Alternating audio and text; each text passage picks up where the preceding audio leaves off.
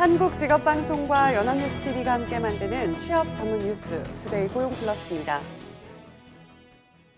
최저임금 심의가 올해도 법정 시한을 넘기게 됐습니다. 최저임금 차등 적용안이 무산되자 사용자 위원들이 반발해 회의를 보이콧하면서 시한 마지막 날 회의가 결국 빈손으로 끝났습니다. 강은나래 기자입니다.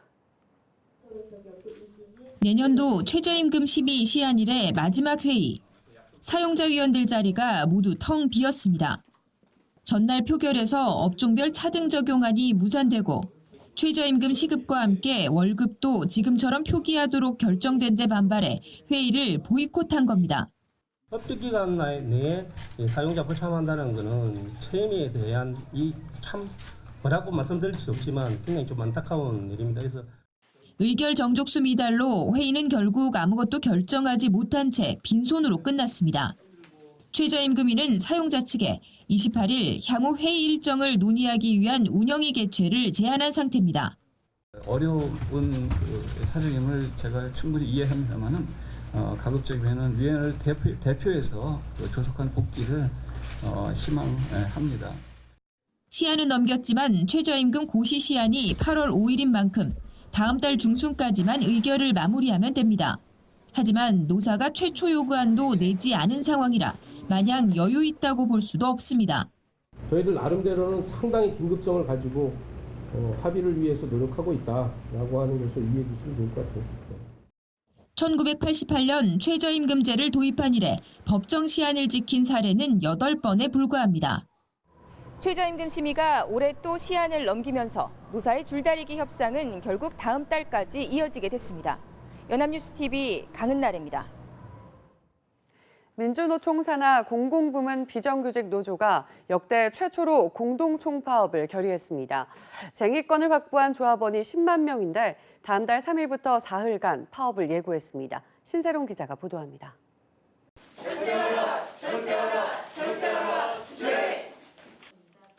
민주노총 산하 공공 비정규직 노조가 역대 최초로 공동총파업에 돌입합니다.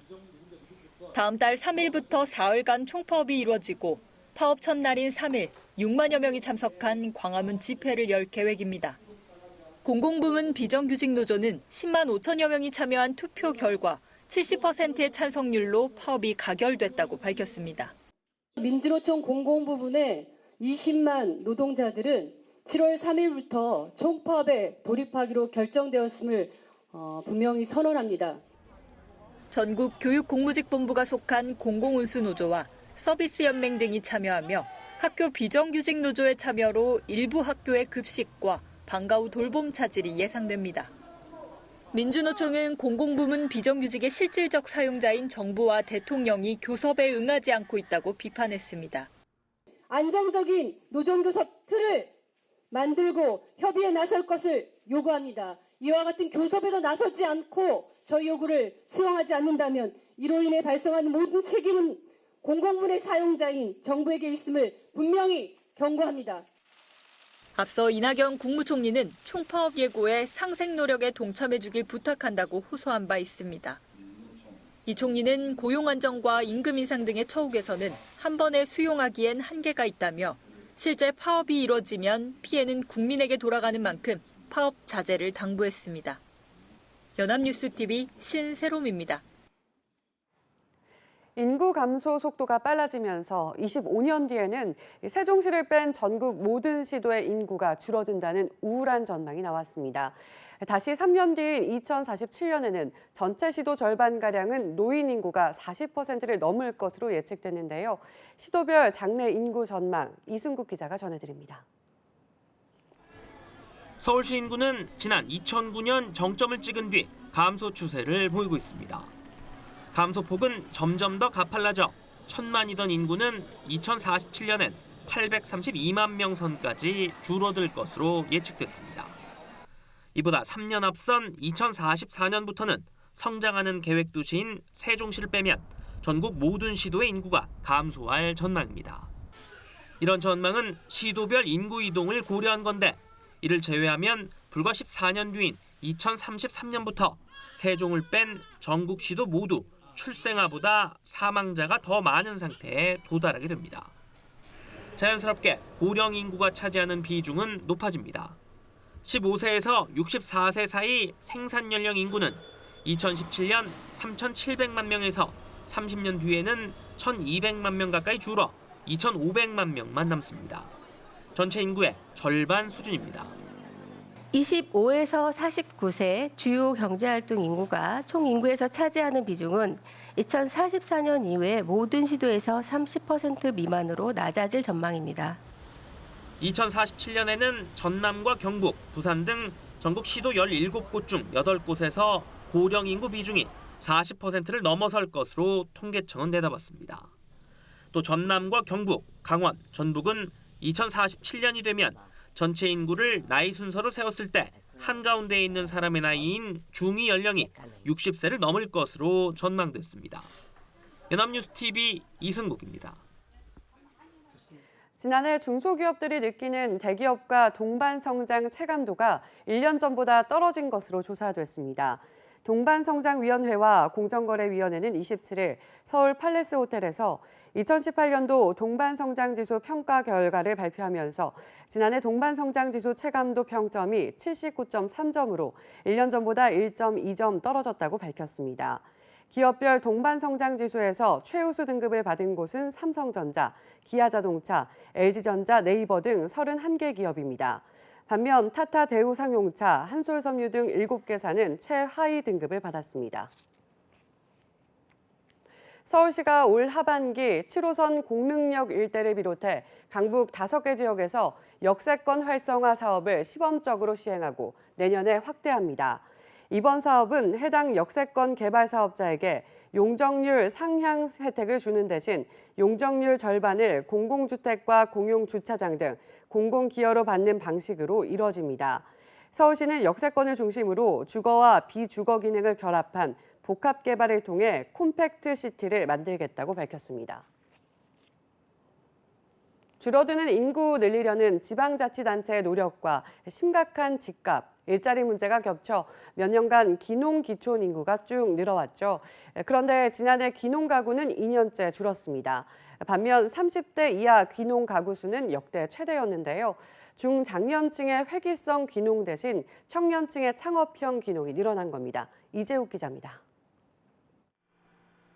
지난해 도시의 동지역에서 읍면지역으로 이사해 농업에 종사하고 있는 30대 이하 귀농 가구는 1,356가구, 재작년보다 2% 넘게 늘었습니다. 이는 지난해 전체 귀농 가구의 11.3% 정도를 차지하는데 귀농 비여 기촌인 통계를 작성한 2013년 이후 가장 많은 겁니다. 단순히 농촌으로 집을 옮긴 게 아니라 각종 농사를 생업으로 삼은 청년들이 늘었다는 이야기입니다. 18년 신규 도입한 청년 창업농 영농정착 지원사업 등 청년농 육성 정책이 긍정적으로 영향을 준 것으로 해석할 수 있습니다. 반면 지난해 전체 귀농 가구는 11,961가구로 재작년에 비해 5.3% 감소했습니다. 2017년에 이어 2년 연속 줄어든 겁니다. 농식품부는 준비 없는 귀농이 실패로 이어질 수 있다는 학습 효과가 확산하면서 귀농 준비 기간이 길어진 점이 영향을 준 것이라고 설명했습니다. 지역별로는 경북으로 귀농한 가구가 2,176가구로 가장 많았고 전남이 2,026가구, 경남이 1,510가구로 뒤를 이었습니다. 반면 부산과 대구로 귀농한 가구는 각각 25가구, 59가구에 그쳤습니다. 한편 귀여 가구는 지난해 917가구로 귀농 가구와는 달리 재작년보다 1.2% 늘었습니다. 연합뉴스TV 이재욱입니다. 웅진그룹이 정수기 대여업체로 알려진 웅진 코웨이를 되살리들인 지 3개월 만에 다시 팔기로 했습니다. 웅진은 과거 무리한 인수합병으로 그룹 전체가 위험에 빠지는 승자의 저주를 겪었는데 또다시 같은 상황에 처했기 때문입니다. 윤선희 기자입니다. 6년 만에 품 안으로 들어온 웅진 코웨이가 다시 빠져나가기까지 걸린 시간은 단 3개월. 윤석금 웅진그룹 회장이 코웨이 재매각 결정을 내린 것은 자금 부담을 이기지 못해서입니다. 웅진이 코웨이 지분 25%를 확보하는 데 투입한 자금은 모두 2조 원. 이 중 80%인 1조 6천억 원을 빚으로 조달했습니다. 한국투자증권이 1조 1천억 원을 대출하고 웅진 싱크빅이 5천억 원의 전환사채를 발행했습니다. 하지만 웅진에너지가 최근 기업 회생 절차를 개시하자 지주회사인 웅진의 회사채 신용등급이 트리플 B-로 떨어졌고 자금 사정이 더 나빠졌습니다. 예상치 못한 재무 리스크로 향후에 그 그룹 운영에 차질이 생길 수 있다고 판단했기 때문에 위기 발생 이전에 선제적으로 코웨이를 매각하여 웅진그룹은 코웨이뿐 아니라 웅진북생 등 계열사를 매각해 부채를 갚으면 지주사 웅진과 주력 계열사 웅진 싱크빅의 위험이 번질 가능성은 없다고 강조했습니다. 웅진이 위기를 맞은 건 이번이 두 번째. 10여 년 전 무리한 인수합병에 나섰다가 글로벌 금융위기를 맞아 휘청거렸습니다. 웅진이 회생 절차에 들어간 지 7년 만에 다시 닥친 위기를 극복할 수 있을지 주목됩니다. 연합뉴스TV 윤선입니다. 정부가 폐차 후 새 차를 구입할 때 개별 소비세를 깎아주는 혜택을 모든 노후 차량에 적용하는 방안을 검토하고 있습니다. 정부는 다음 달 3일 발표 예정인 하반기 경제정책 방향에 이런 내용을 담을 것으로 예상됩니다. 10년 이상 된 경유차 폐차 때만 적용하던 개별 소비세 감면 혜택을 휘발유차 등 모든 차량으로 확대하는 방안이 포함될 전망입니다. 정부는 또 대기업 설비 투자와 연구개발에 대한 세제 혜택도 늘릴 것으로 보입니다.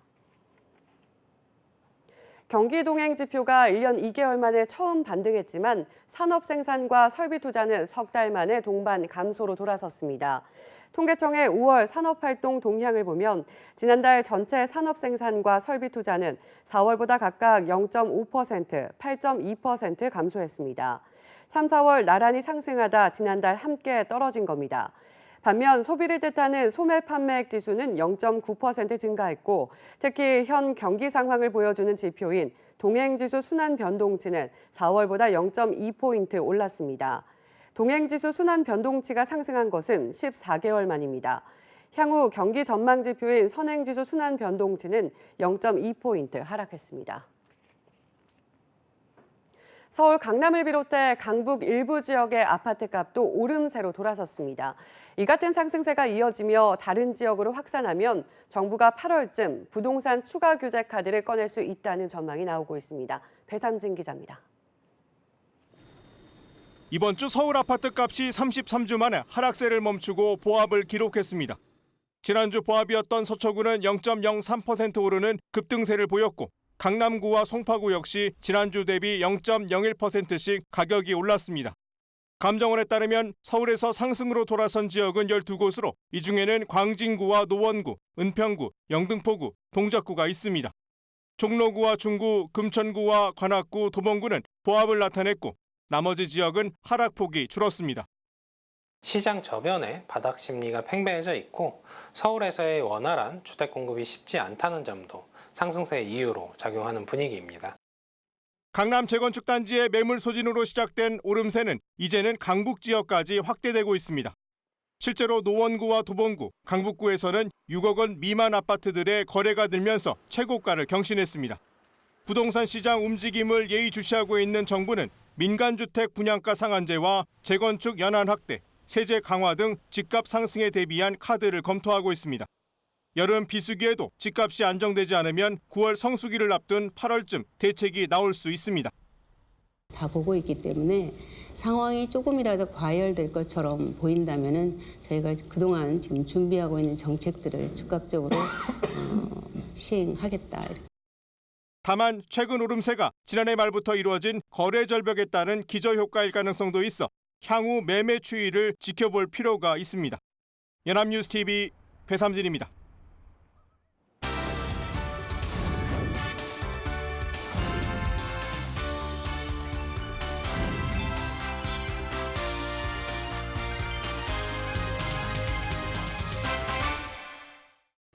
숨겨져 있는 알짜 직업을 소개하는 히든잡. 오늘도 투데이 고용플러스의 공식 취업 도우미 안치홍 아나운서와 함께합니다. 안녕하세요. 안녕하세요. 히든잡 시간입니다. 바쁜 현대인들을 위해 가사 도우미는 물론 반찬 배달 서비스까지 다양한 대행 시장이 인기를 얻고 있습니다.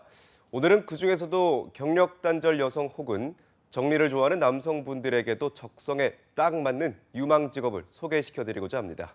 네, 최근엔 정말 다양한 대행 서비스가 생겨나고 있죠. 이에 맞춰 정리와 관련한 대행 서비스도 인기를 얻고 있다는 건데 이와 관련한 직업은 어떤 직업인가요? 네, 바로 정리수납 전문가입니다. 정리수납 전문가란 쾌적하고 효율적인 생활 공간 혹은 사무 공간 구성을 위해 물건 공간을 정리 또 제공하는 직업을 이야기하는데요. 다른 말로는 정리수납 컨설턴트, 주변 환경 정리 전문가 등으로 불리는 직업입니다.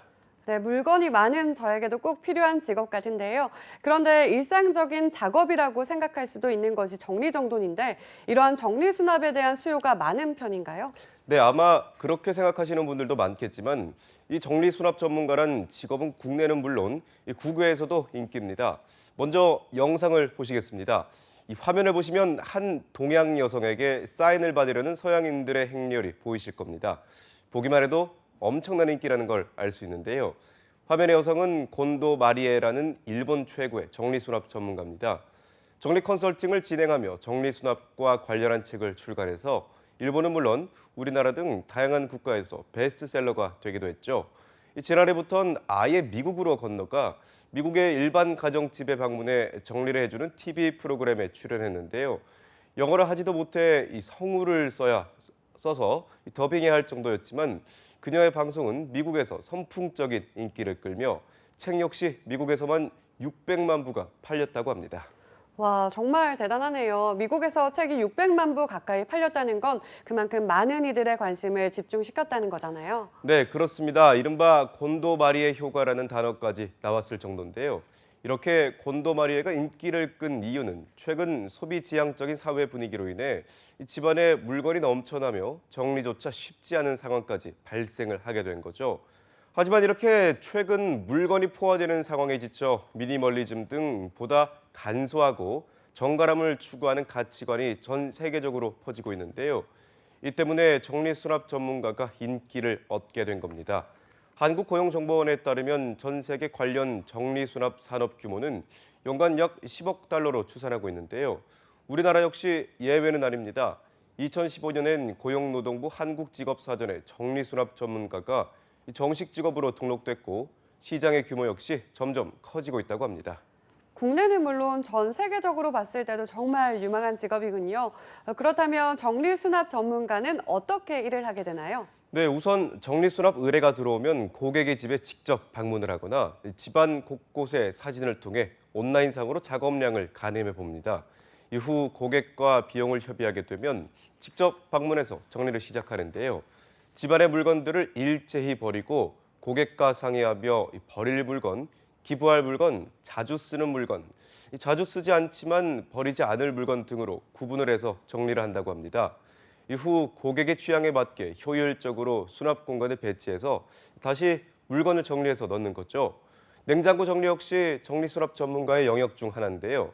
유통기한과 보관기한이 지난 음식들을 버리고 용도에 맞게 체계적으로 정리해 다시 수납하는 것을 목표로 한다고 합니다. 단순 집안일처럼 보이지만 고객의 성향에 맞게 효율적인 수납을 하고 또 쓰지 않는 물건을 정리하기 위해서 상당한 시간이 걸리는데요.